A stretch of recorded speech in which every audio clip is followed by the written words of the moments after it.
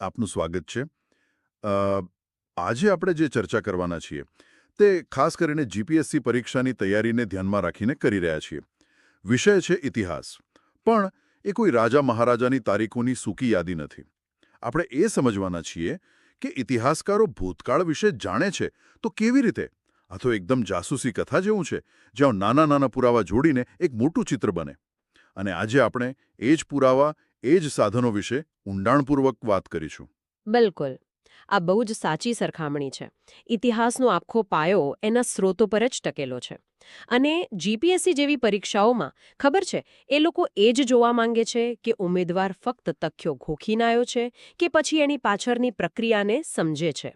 એટલે આપણે શું જાણીએ છીએ એના કરતાં આપણે તે કેવી રીતે જાણીએ છીએ એ સમજવું વધારે જરૂરી છે.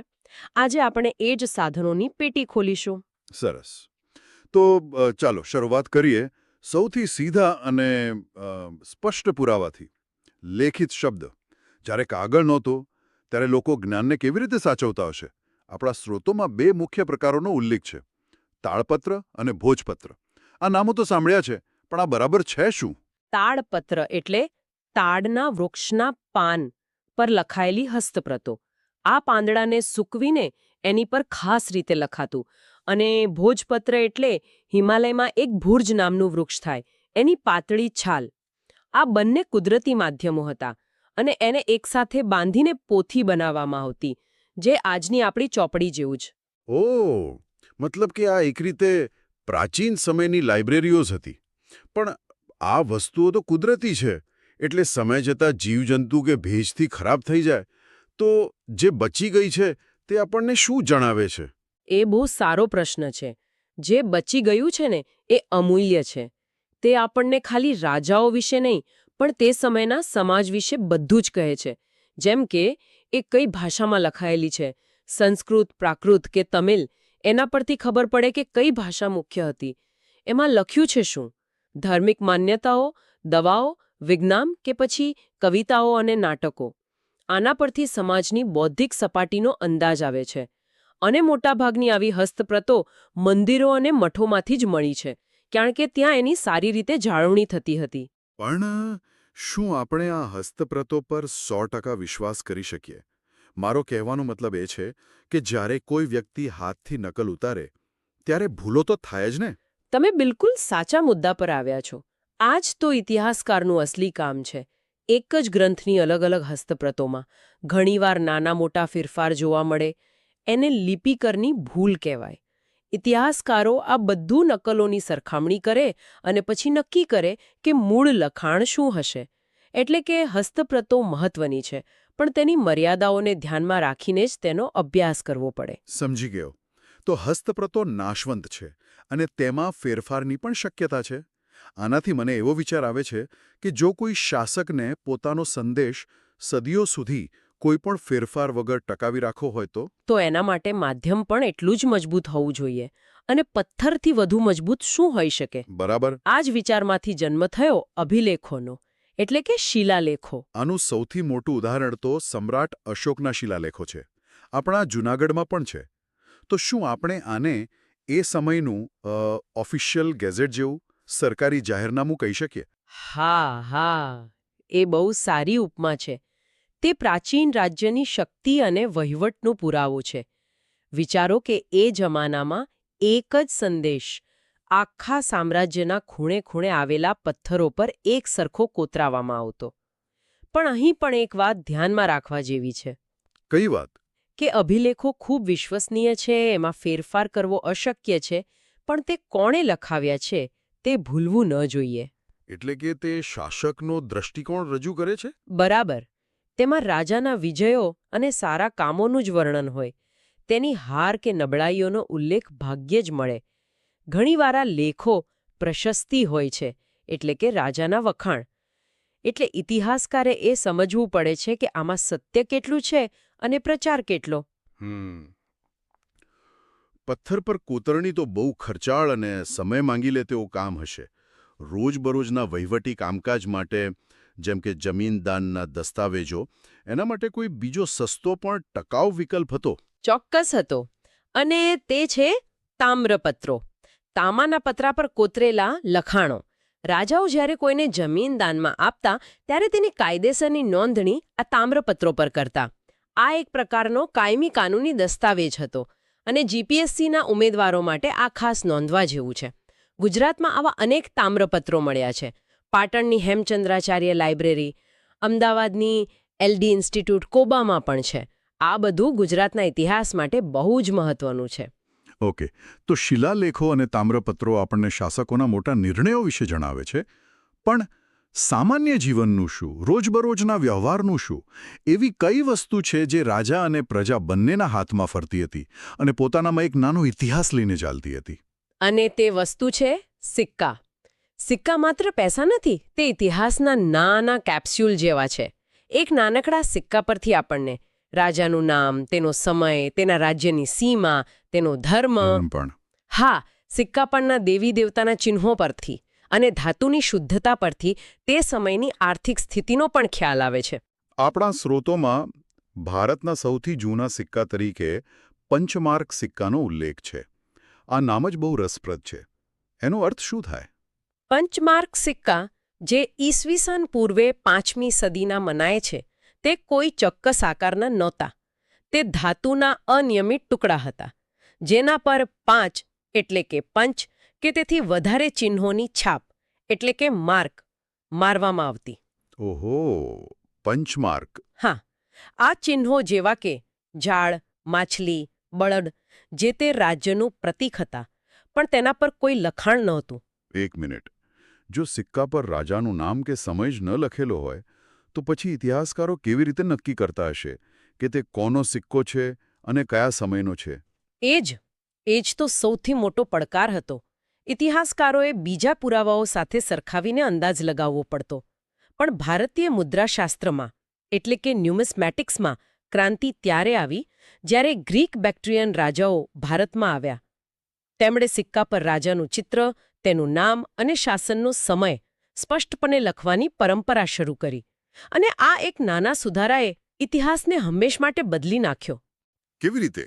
મતલબ એનાથી આટલો મોટો ફરક કેવી રીતે પડી શકે? કારણ કે આ પહેલા ઇતિહાસ એક અસ્પષ્ટ વાર્તા જેવો હતો. રાજાઓના ક્રમ અને સમય વિશે ઘણા મતભેદ હતા. ગ્રીક સિક્કાઓએ પહેલીવાર ઇતિહાસને નક્કર તારીખ આધારિત પુરાવા આપ્યા. જે રાજાઓનો બીજે ક્યાંય ઉલ્લેખ પણ નહોતો, તેમના વિશે પણ માત્ર સિક્કા પરથી જાણી શકાયું. આનાથી શાસકોની એક ચોક્કસ વંશાવળી અને સમયગાળો નક્કી કરવામાં અભૂતપૂર્વ મદદ મળી. એમ કહી શકીએ કે આ સુધારાએ ઇતિહાસને કથામાંથી વિજ્ઞાન તરફ વાળ્યો. અદ્ભુત! તો આપણી પાસે હસ્તપ્રતો છે, પથ્થરો છે, તામ્રપત્રો અને સિક્કા છે. પણ આ બધા નિર્જીવ પુરાવાઓને બોલતા કોણ કરે છે? આ બધા ટુકડાઓને જોડીને ભૂતકાળની એક સુસંગત વાર્તા કોણ બનાવે છે? અહીં બે મુખ્ય નિષ્ણાતોની ભૂમિકા આવે છે: પુરાતત્વશાસ્ત્રીઓ એટલે કે આર્કિયોલોજિસ્ટ્સ અને ઇતિહાસકારો એટલે કે હિસ્ટોરિયન્સ. અને આ બંને વચ્ચેનો સંબંધ સમજવો પરીક્ષા માટે ખૂબ જરૂરી છે. તો પુરાતત્વશાસ્ત્રીઓ ફક્ત વસ્તુઓ શોધીને ઇતિહાસકારોને આપી દે કે પછી એમની વચ્ચે કોઈ સહયોગ હોય? ના, એમની વચ્ચે ખૂબ ગાઢ સહયોગ હોય છે. પુરાતત્વશાસ્ત્રીઓનું કામ જમીન ખોદીને ભૌતિક અવશેષો શોધવાનું છે, જેમ કે મકાનો, વાસણો, ઓજારો, હાડકાં. તેઓ વૈજ્ઞાનિક પદ્ધતિથી તે વસ્તુ કેટલી જૂની છે તે નક્કી કરે છે. ઓકે. તે એક રીતે ક્રાઇમ સીન ઇન્વેસ્ટિગેટર જેવા છે, જે પુરાવા એકઠા કરે. અને ઇતિહાસકાર એ પુરાવાઓનું અર્થઘટન કરે છે. તે પુરાતત્વ દ્વારા મળેલા અવશેષોને લેખિત સ્રોતો સાથે સરખાવે છે અને પછી ભૂતકાળનું ચિત્ર દોરે છે. અને આ ચિત્રને વધુ સ્પષ્ટ કરવા માટે વિદેશી મુસાફરો પણ મહત્વના છે, ખરું? જેમ કે મેગેસ્થિનીઝ, ફાહિયાન. હા, યુએનસાંગ. તેમનું યોગદાન અમૂલ્ય છે, કારણ કે તેઓ બહારના વ્યક્તિ હતા. સ્થાનિક લેખકો જે બાબતોને સામાન્ય ગણીને નોંધતા નથી. જેમ કે લોકોના પહેરવેશ, ખાનપાન, સામાજિક રિવાજો, આ બધું વિદેશી પ્રવાસીઓ માટે નવું અને નોંધનીય હોય છે. તેમના પ્રવાસ વર્ણનો આપણને સમાજની એક એવી ઝલક આપે છે જે કદાચ સ્થાનિક સ્રોતોમાં ક્યારેય ન મળે. આ જ સંદર્ભમાં ચાલો આપણા દેશના નામ વિશે પણ થોડું જાણી લઈએ. ઇન્ડિયા અને ભારત, આ બે નામો પાછળનો ઇતિહાસ શું છે? ઇન્ડિયા શબ્દ સંસ્કૃત શબ્દ સિંધુ પરથી આવ્યો છે. લગભગ 2500 વર્ષ પહેલા ઈરાનીઓ અને ગ્રીકો સિંધુ નદીથી પરિચિત હતા. તેઓ સનો ઉચ્ચાર હ કરતા, એટલે સિંધુનું હિન્દુ થયું, અને ગ્રીક લોકો તેને ઇન્ડોસ કહેતા. અને આ નદીની પૂર્વમાં આવેલા આખા ભૂપ્રદેશને તેઓ ઇન્ડિયા તરીકે ઓળખવા લાગ્યા. અને ભારત? ભારત નામનો ઉલ્લેખ આપણને સૌથી પ્રાચીન ગ્રંથ ઋગ્વેદમાં મળે છે. તેમાં ભરત નામના એક શક્તિશાળી માનવ સમૂહનો ઉલ્લેખ છે, જે ઉત્તર પશ્ચિમ ભારતમાં વસતો હતો. સમય જતાં તેમના નામ પરથી આપણો દેશ ભારત તરીકે ઓળખાયો. બહુ સરસ. તો આપણી પાસે પુરાવા છે, તેનું અર્થઘટન કરનારા નિષ્ણાતો છે, પણ આ બધી માહિતીને એક માળખામાં ગોઠવવા માટે સમયરેખાની જરૂર પડે. અહીં બીસી અને એડી જેવી સંજ્ઞાઓ આવે છે, જે ઘણીવાર ગૂંચવણ ઊભી કરે છે. હા, અને આને સ્પષ્ટ રીતે સમજવું ખૂબ જ જરૂરી છે. દુનિયામાં સમયની ગણતરી માટે ઈસુ ખ્રિસ્તના જન્મને કેન્દ્રબિંદુ તરીકે લેવામાં આવ્યો છે. એડીનો અર્થ થાય છે એનો ડોમિની. આ લેટિન શબ્દો છે, જેનો અર્થ થાય ઈશ્વરના વર્ષમાં, એટલે કે ઈસુના જન્મ પછીના વર્ષો. અને બીસી એટલે બિફોર ક્રાઇસ્ટ, એટલે કે ઈસુના જન્મ પહેલાના વર્ષો. આમાં ગણતરી ઊંધી દિશામાં થાય છે, ખરું ને? બિલકુલ. જેમ કે ઈસવીસન પૂર્વે 100મું વર્ષ ઈસવીસન પૂર્વે 50મા વર્ષ કરતાં પહેલા આવે. હવે સમય જતાં આ અભ્યાસને વધુ ધર્મનિરપેક્ષ બનાવવા માટે વૈકલ્પિક શબ્દો પ્રચલિત થયા છે.